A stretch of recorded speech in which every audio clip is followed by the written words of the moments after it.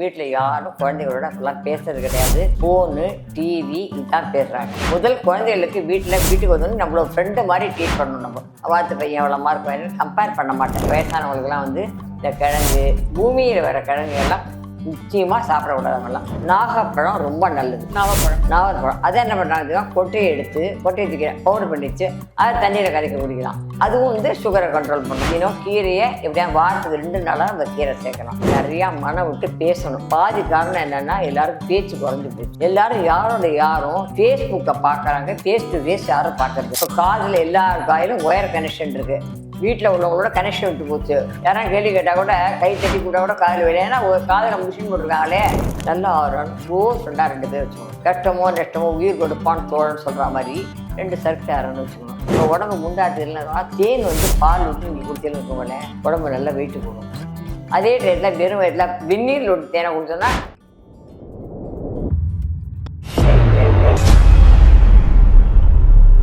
வணக்கம் மக்களே, welcome to king TV. So இன்னைக்கு வந்து நம்ம ஒரு இன்ட்ரெஸ்டிங்கான டாபிக் பற்றி நம்ம நிறைய விஷயங்கள் பேச போகிறோம். அதாவது சர்க்கரை நோயால் பாதிக்கப்பட்டவங்க நிறைய பேர் இருக்காங்க. நிறைய மாத்திரை மருந்து சாப்பிடுவாங்க, இன்சுலின் இன்ஜெக்ஷன்ஸ் போடுவாங்க. இருந்துமே சர்க்கரை வியாதி அப்படின்றது ஒரு மிகப்பெரிய ஸ்ட்ரெஸ்ஃபுல்லான ஒரு விஷயமா இருக்குது இன்றைய காலகட்டத்தில். ஸோ நம்ம வீட்டில் இருக்கிற விஷயத்தை வச்சு ரொம்ப சிம்பிளான முறையில் வந்து நம்மளோட சர்க்கரையை வந்து கண்ட்ரோலில் வச்சுக்கலாம்.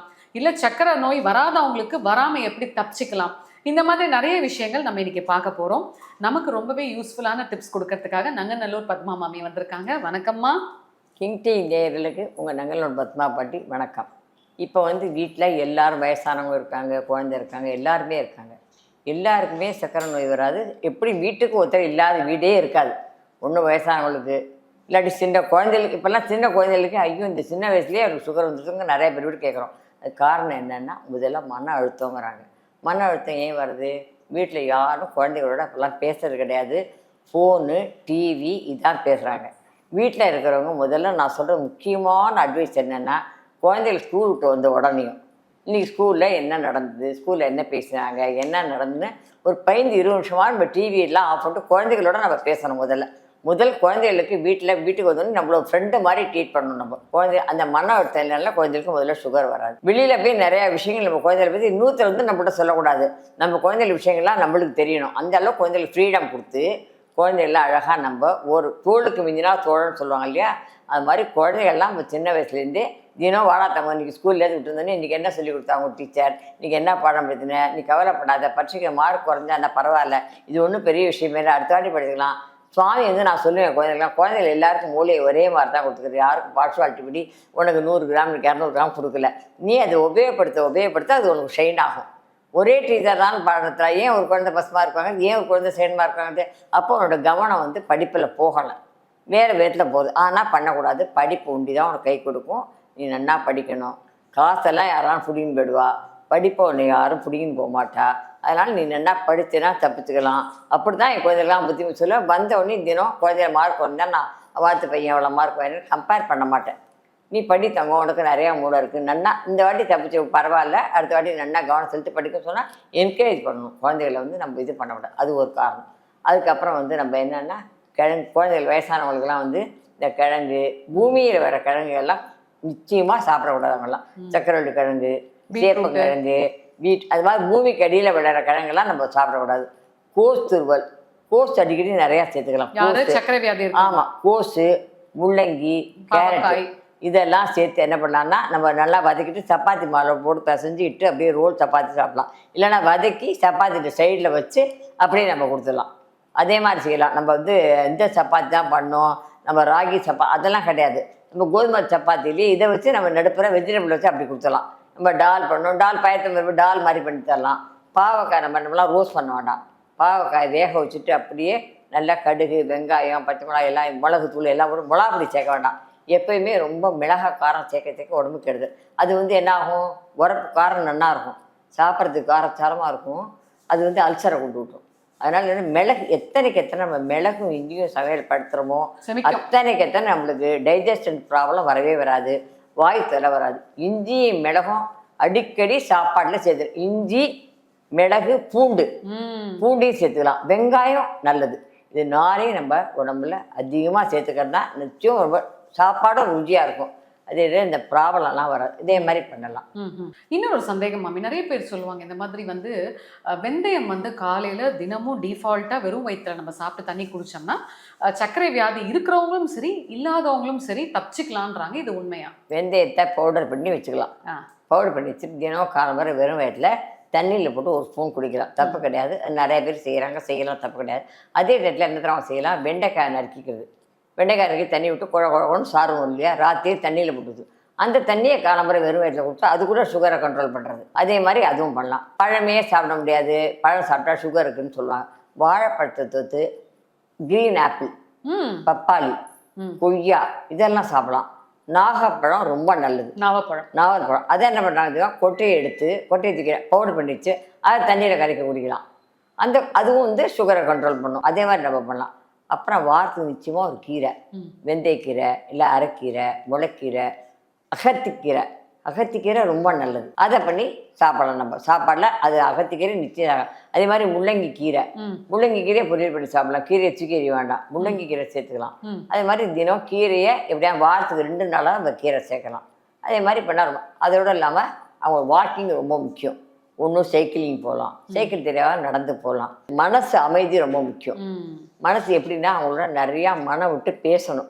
இதுதான் பாதி காரணம் என்னன்னா எல்லாருக்கும் பேச்சு குறைஞ்சி போச்சு. எல்லாரும் யாரும் ஃபேஸ்புக்கை பார்க்குறாங்க, ஃபேஸ் டு ஃபேஸ் யாரும் பார்க்கறது. ஃபேஸ்புக்கை பார்க்குறாங்க, ஃபேஸ் டு ஃபேஸ் முகத்தை பார்த்து கையில் ஃபோன் வச்சுட்டு கையில் பார்த்து சிரிச்சுக்கிறாங்க. அப்பெல்லாம் கையில் புத்தகத்தை பார்த்து யாரும் சிரிச்சுனாங்க, தனக்கு தானே சிரிச்சுக்கிறான் பைத்தியம் சொல்லுவாங்க எல்லாரும். இப்போ நான் என்ன தெரியுமா சொல்லுவேன் ஜோக்கா, அவங்களுக்கு எல்லாரும் ரோட்டில் போகும் சிரிச்சுட்டே பேசிப்பாங்க. இப்போ காதில் எல்லார் காயிலும் ஒயர் கனெக்ஷன் இருக்குது. வீட்டில் உள்ளவங்களோட கனெக்ஷன் விட்டு போச்சு. காதில் எல்லாருக்கும் மிஷின் கனெக்ஷன். பாட்டு கேட்டு சிரிச்சுன்னு தான் போகிறாங்க. வாக்கிங் போகிறதே கூட 4 பேரை பார்த்து மனுஷங்களை பார்த்து நல்ல காற்று வாங்கி இயற்கை ரசிச்சுட்டு போகிறது கிடையாது. காதில் பாட்டு கேட்டுனா வாக்கிங் போகிறாங்க. நிறைய காலம் எப்படி மாறி எடுத்து பாருங்க. நான் நினச்சினேன், நானும் வாக்கிங் போயிட்டாலும் 1 மணி நேரம் போகிறேன். அப்போ பார்க்குறேன் நிறையா பேர் காதில் ஒயர் அதில் போட்டுக்கிறாங்க. எனக்கு சொல்ல கூட தெரியல. அதெல்லாம் ஏதோ காதில் ஹெட்செட்டோ என்னமோ போட்டுக்கிறாங்கம்மா. நான் அதெல்லாம் பார்த்தது கிடையாது. இப்போ தான் பார்க்குறேன். எல்லா நூதானத்தையும் நான் இப்போ தான் பார்க்குறேன். போட்டுட்டு பாட்டு கேட்டு தான் போகிறாங்க, சிரிச்சுட்டே போகிறாங்க. யாரும் கேள்வி கேட்டால் கூட கை தட்டி கூட காதில் வெளியே, ஏன்னா காதில் மிஷின் போட்டிருக்காங்களே, அதனால் பார்க்குறது. அப்படிலாம் இருக்கக்கூடாது. எல்லோரும் வீட்டில் உட்காந்து பெரியவங்களோட மனசு விட்டு சிரித்து பேசணும். அந்த காலத்து மனுஷங்களும் ஓரம் கட்டி வைக்கக்கூடாது. நான் இப்போவும் எங்கள் அம்மாட்ட போய் ராத்திரி காலம்பரை ஃபோன் பண்ணால் எங்கள் அம்மா காதில் விழாது. போய் இன்றைக்கி யார் அம்மா இன்றைக்கி யார் என்ன பேசினா, ராத்திரி படுத்துக்கிறதே 1/2 மணி நேரம் வந்து இன்றைக்கி யார் என்ன பேசுகிறா எல்லாம் சொல்லிட்டு தான் நான் படுத்தேன். அத்தனை விஷயங்கள். ஏன்னா வயசாகிடுச்சு, நம்மளை எல்லாரும் ஒதுக்குறா, நம்மளுக்கு என்ன தெரியும்னு ஒதுக்குறா, அதே அவங்களுக்கு ஸ்ட்ரெஸ் ஆகிடும். அப்படி இருக்கவே கூடாது. எல்லாரையும் அதாவது மனுஷங்களுக்கு முக்கியத்துவம் கொடுக்க வேண்டாம், மனித உணர்வுகளுக்கு மதிப்பு கொடுக்கணும். அவங்கள மதித்து நம்ம பேசணும். நம்மளை வளர்த்து அழைக்கிறவங்களுக்கு நம்ம மதித்து நம்ம நல்லா அவங்களுக்கு மனசு விட்டு பேசணும். வாய் விட்டு சிரிச்சா நோய் விட்டு போகும். அதனால நான் என்ன பண்ணுவேன்னா, நிறைய அடிக்கடி ஜோக் அடிச்சுட்டே தான் பேசுவேன். எனக்கு எப்போவுமே உனக்கு எல்லாமே ஒரு ஜோக்குன்னு சொல்லுவாங்க எல்லாரும் விஷயத்தில். உப்பு காரம் அப்படி உப்பு நிறையா போடும்போதே நீங்களாம் அப்படி இருக்கீங்க, உப்பு கொஞ்சம் கூட போச்சுன்னா என்ன அப்படின்னு சொல்லுவேன். நான் உப்பு குறைச்சி போட்டனால தான் நீங்கள் எப்படி இருக்கீங்க, உப்பு கூட போட்டால் கொஞ்சம் கொடுங்க. அவன் என்ன அப்படின்னா சூடு சொல்கிறேன் இல்லைன்னு கேட்பாங்க. உடனே புரிஞ்சுப்பாங்க. இப்படி அது மாதிரி எல்லாம் அதாவது சொல்கிற விஷயத்த அழகாக ஒரு ஜோவியாக சொன்னது. எப்போவுமே சிரிச்சுட்டே இருக்கணும். ஒரு நாளைக்கு இப்படியே மூஞ்சி இறுக்கமாக வச்சுக்கவே கூடாது. எப்பவும் சிரித்து பேசணும். மாமி, இந்த பீனாரி பூன்னு சொல்லுவாங்க இல்லையா, இந்த ஒரு மாதிரி வைலட் கலரில் ஒரு பூ வரும். அந்த பூல அந்த செடி பீனாரி பூன்னு சொல்லுவாங்க. நித்திய கல்யாணின்னு கூட அதுக்கு சொல்லுவாங்க. அதை வந்து தண்ணியில கொதிக்க வச்சு நம்ம அந்த தண்ணியை குடிச்சோம்னா வந்து சுகருக்கு ரொம்ப நல்லதுன்றாங்களே. அது அந்த பூல நாங்கள்லாம் அப்போ தும்பப்பூன்னு ஒன்று இருக்கும், பிள்ளையாருக்கெல்லாம் முடிச்சு அதை வந்து சாறு எடுத்து பூஞ்சு அதெல்லாம் தண்ணியில் கலந்து சாப்பிடுவாங்க.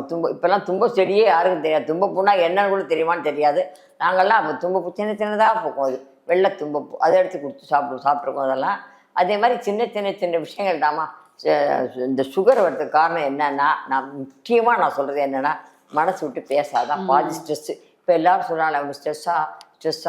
ஏன் ஸ்ட்ரெஸ்ஸு? குடும்ப உறுப்பினர்கள் சேர்ந்து உட்காந்து, அப்போல்லாம் கூட்டு குடும்பம், எந்த ஒரு மனசு கஷ்டம் வந்தாலும் உடனே ஒருத்தருக்கு சொல்லி, சின்ன வயசுக்காரங்க வந்து ஷேர் பண்ணிப்பாங்க, பெரிய வயசுக்காரங்க பெரியவங்கள்ட்ட ஷேர் பண்ணிப்பாங்க. அதாவது காலேஜ் படிக்கும்போது அவரோட ஏதாவது ஒரு பிரச்சனைனா வந்து வீட்டில் பெரியவங்கள்ட்ட சொல்கிறதுக்கு பயந்துட்டு சரி அவங்க வயசுக்குள்ளேயே அதே மாதிரி எல்லாம் அப்போ ஒன்று. இப்போ தான் எல்லாம் தனித்தனியாக இருக்காங்க, ஷேர் பண்ணிக்கிறதே இல்லை.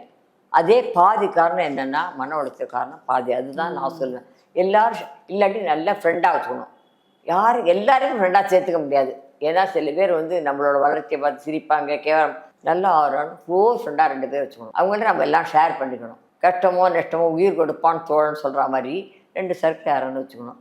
இல்லாட்டி அப்படி இருக்கிறதுனால தான் அவன் நிறைய பேருக்கு வருது. காரணமே அதனால தான். இப்போ ஆஃபீஸில் வேலை பார்க்குறாங்க, எப்போ பார்த்தாலும் உட்காண்டே இல்லாமல் பேசிட்டே இல்லாமல் அதுலேயே கவனிச்சு. இப்போ என் பொண்ணெல்லாம் ரொம்ப அது மாதிரி வந்து இப்போவே ரொம்ப கஷ்டப்பட்டுருக்காங்க. ஏன்னா வேலை பளு அதிகமாக இருக்குது. அதோட மனசுமே சேர்ந்ததுன்னா வீட்டில் வந்து ஒன்றையும் ஒரு 1/2 மணி நேரமாக நான் அவங்களோடலாம் பேசுவேன். இன்றைக்கி எப்படி போச்சோ, ஆஃபீஸ் விட கஷ்டமாக, பரவாயில்ல, என்ன பண்ணுறது, இப்படி ஜாக்கிரதையாக பார்த்துக்கோ, ஹெல்த்தை பார்த்துக்கோ, முடிஞ்ச வரைக்கும் செய், இப்படி தான் எல்லோரும் சொல்லணும்.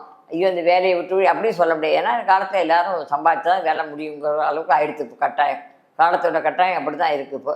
ஆனால் கூட நம்ம என்னென்னா எல்லோட ஒரு கோயிலுக்கு போகலாம். சாயங்காலம் குடும்பத்தை ஒரு நாளாவது தனி காரில் வெளியில் எங்கேயானும் குழியில் குழந்தைகளை விட்டு, அதாவது சினிமாவுக்கு போகணும், ஹோட்டலுக்கு போகணும் நான் சொல்ல மாட்டேன்.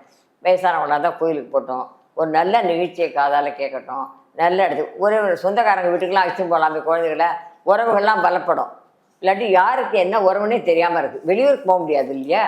எவ்வளவோ இடத்துல இருக்காங்க. ஃப்ரெண்டு வீட்டுக்கோ எல்லாம் இல்லை, நம்ம வீட்டில் ஒரு நாள் கூப்பிட்டுக்கிறது, ஒரு நாளைக்கு அவங்க வீட்டுக்கு நம்மளாம் போகிறது, அப்படி பண்ணலாம்.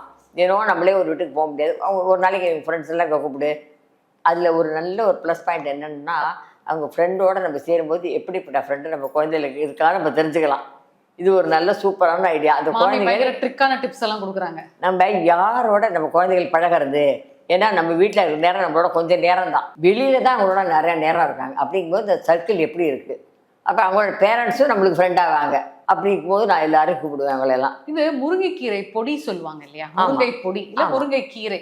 இது வந்து சுகருக்கு ரொம்ப நல்லது. சுகருக்கு மட்டும் இல்லை, பொதுவாக எல்லாத்துக்குமே நல்லதுன்றாங்களே. இந்த முருங்கை பொடி எப்படி செய்யுது? முருங்கைக்கீரை இப்போ ஒன்றுமே இல்லை. முருங்கைக்கீரையை எடுத்து நல்லா அலம்பிட்டு நல்ல நிழலோட தான் துணியில் வெயிலில் காயப்படலாம். 2-3 நாளைக்கு துணியில் போட்டு வச்சுருவோம். நல்லா காஞ்சிடும். அப்படியே காஞ்சோடனே மிக்சியில் போட்டு பொடிச்சு வச்சுருந்தோம். அப்படியே நம்ம காரம் வேணும்னா நம்ம காரம்லாம் வேண்டாம், முருங்கை பவுடராகவே பண்ணி வச்சுட்டு, காரம் வேணும்னாக்கா இதில் நம்ம சாதத்தில் போட்டு சாப்பிடணுன்னாக்கா நம்ம மிளகு போட்டுக்கலாம். மிளகு, ஜீரகம் எப்போயுமே உடம்புக்கு ரொம்ப நல்லது. ஜீரகம், சுக்கை நசுக்கி போட்டுக்கிறது, எல்லாம் உரப்புக்காக. மிளகாத்தல் இல்லாமல் உப்பை போட்டு பெருங்காயம் வந்து வாயு தொல்லை நிற்கும். சுக்கு ஜீரணம் ஆகும். மிளகு உடம்புக்கு ரொம்ப எல்லாத்தையும் போட்டு அரைச்சி வச்சுட்டா சாதத்தை போட்டு கறந்து சாப்பிடலாம். முருங்கைக்கீரை பொடி அப்படி பண்ணி வச்சுக்கலாம். நம்ம முருங்கையை நிறையா பொரியல் பண்ணி சாப்பிடலாம். முருங்கைக்கீரை கோல்டன் பஸ்பம் இருக்குன்னு சொல்லுவாங்க. அந்த காலத்துலலாம் இரும்பு சத்து நிறையா இருக்கும்பாங்க முருங்கைக்கீரையில். அதனால அடிக்கடி முருங்கைக்கீரையை சமைச்சுக்கலாம். இந்த சுகர் பேஷண்ட்டுக்கு கூட முருங்கைக்கீரையும் கருவேப்பிலையும் சூப்பு மாதிரி பண்ணி சாப்பிடலாம். முருங்கைக்கீரையை தண்ணியில் போட்டு நல்லா கொதிக்க விட்டுறது. நல்லா பொடியாக நறுக்கணும், அரைக்க வேண்டாம். அரைச்சா ஒரு மாதிரி போயிடும். பொடியாக நறுக்கி போட்டு தண்ணியில் கொதிக்க விட்டுரு. தண்ணியில் நல்லா கொதிக்க விட்டு சோள மாவு இருக்கு இல்லையா, சோள மாவு 1 ஸ்பூன் போட்டு கரைச்சார விட்டுணும். அப்போ தான் நல்லா கஞ்சி பேஸ் கிடைக்கும். இல்லை வடித்த கஞ்சி இருந்தால் கூட வடித்த கஞ்சி விட்டுக்கலாம். இல்லை வடித்த கஞ்சி பண்ண முடியாது, நல்லா கஷ்டம்னாக்கா அந்த சோளம் உடம்புக்கு நல்லது தான். சோள மாவு பவுடரை போட்டுட்டு அதில் நல்ல மிளகு பொடியை போட்டுட்டு இஞ்சி என்ன பண்ணுறா பேஸ்ட்டு அரைச்சி வச்சுக்கலாம். இஞ்சி பேஸ்ட் கடையில் வாங்கணும். இஞ்சி பேஸ்ட்டு அப்பப்போ அரைச்சிட்டு அது கொஞ்சம் போட்டு உப்பு போட்டு 1 ஸ்பூன் பட்டர் போட்டுக்கலாம். அதில் நல்லா வாசனையாக இருக்கும். கொத்தமல்லியை நறுக்கி போட்டு ஒரு 2 டிராப் லெமன் புரிஞ்சுக்கலாம். ரொம்ப நல்லாயிருக்கும் இந்த சூப். காலை வேளையில் வேணால் நம்ம அதிலே கேரட் நல்லா துருவி மேலே போட்டுக்கலாம், அப்படியே சாப்பிட்டுக்கலாம். எப்படி வேணாலும் போட்டு நம்ம சாப்பிடலாம். ஒயிட் சுகர் வந்து எடுக்கிறது ரொம்பவே ஆபத்து சர்க்கரை வியாதி உள்ளவங்களுக்கு.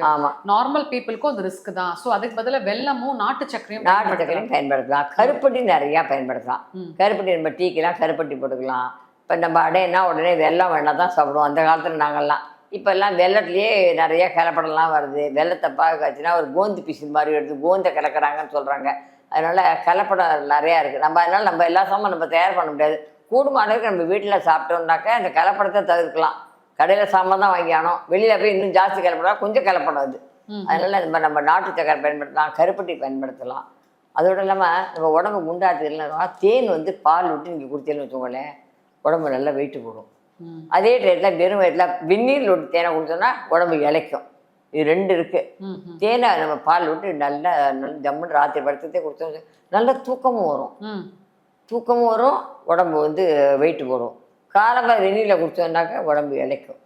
தேன் உடம்புல வீட்டில் எல்லாரும் வீட்லேயுமே தேன் இருக்கணும். எப்பவுமே தேன் ஒரு மருந்து பொருள். தேன் எப்போ பார்த்தாலும் வீட்டில் இருக்கிறது ரொம்ப நல்லது. பொதுவாக இந்த பாவக்காய் வந்து சில பேர் சாப்பிடுவாங்க, சில பேருக்கு அது பிடிக்காது. ஆனால் சுகர் பேஷண்ட் வந்து வாரத்துக்கு 2 முறை பாவக்காய் வந்து பயன்படுத்துறது ரொம்ப நல்லதுன்றாங்களே, அது எப்படி செய்யறதுன்னு சொல்லுங்கள். பாவக்காயை பொடியாக நறுக்கிக்கணும். பொடியாக நறுக்கிட்டு லேசாக உப்பு மஞ்சள் தூள் போட்டு வேக விட்டு கொட்டிடும். தண்ணி வடிச்சிடும். தண்ணியை நம்ம கம்மியாக விட்டு வேகணும். தண்ணி வடித்தா சத்தெல்லாம் போயிடும். தண்ணியை கம்மியாக விட்டு அப்படியே ட்ரையாக வேகிற மாதிரி எடுத்து வச்சுட்டு கடுகு உளுத்தம்பருப்பு தாளிச்சிட்டு மிளகுத்தூள் போட்டுக்கிறது. அப்படியே நல்லா வதக்கிறது. எண்ணெயெல்லாம் வேண்டாம், ரொம்ப அப்படி லேசாக வதக்கிட்டு தேங்காய் கூட வேண்டாம், வேணும்னா போடலாம். இல்லாட்டி அதில் வெஜிடபிள் போடு. எந்த பார்க்க கசப்பு ரொம்ப தெரியாதுங்கிறதுனால கருப்பட்டி சின்ன எண்ணுக்கு தொட்டி போட்டுக்கிறது. கருப்பட்டியை சும்மா ஒரு சின்ன அதாவது ஒரு சீடு அளவு ஒரு நெசுக்கி போட்டுட்டு அதில் ஜம்முன்னு நல்லா பேசுகிட்டேன்னு வச்சுக்கோங்களேன்.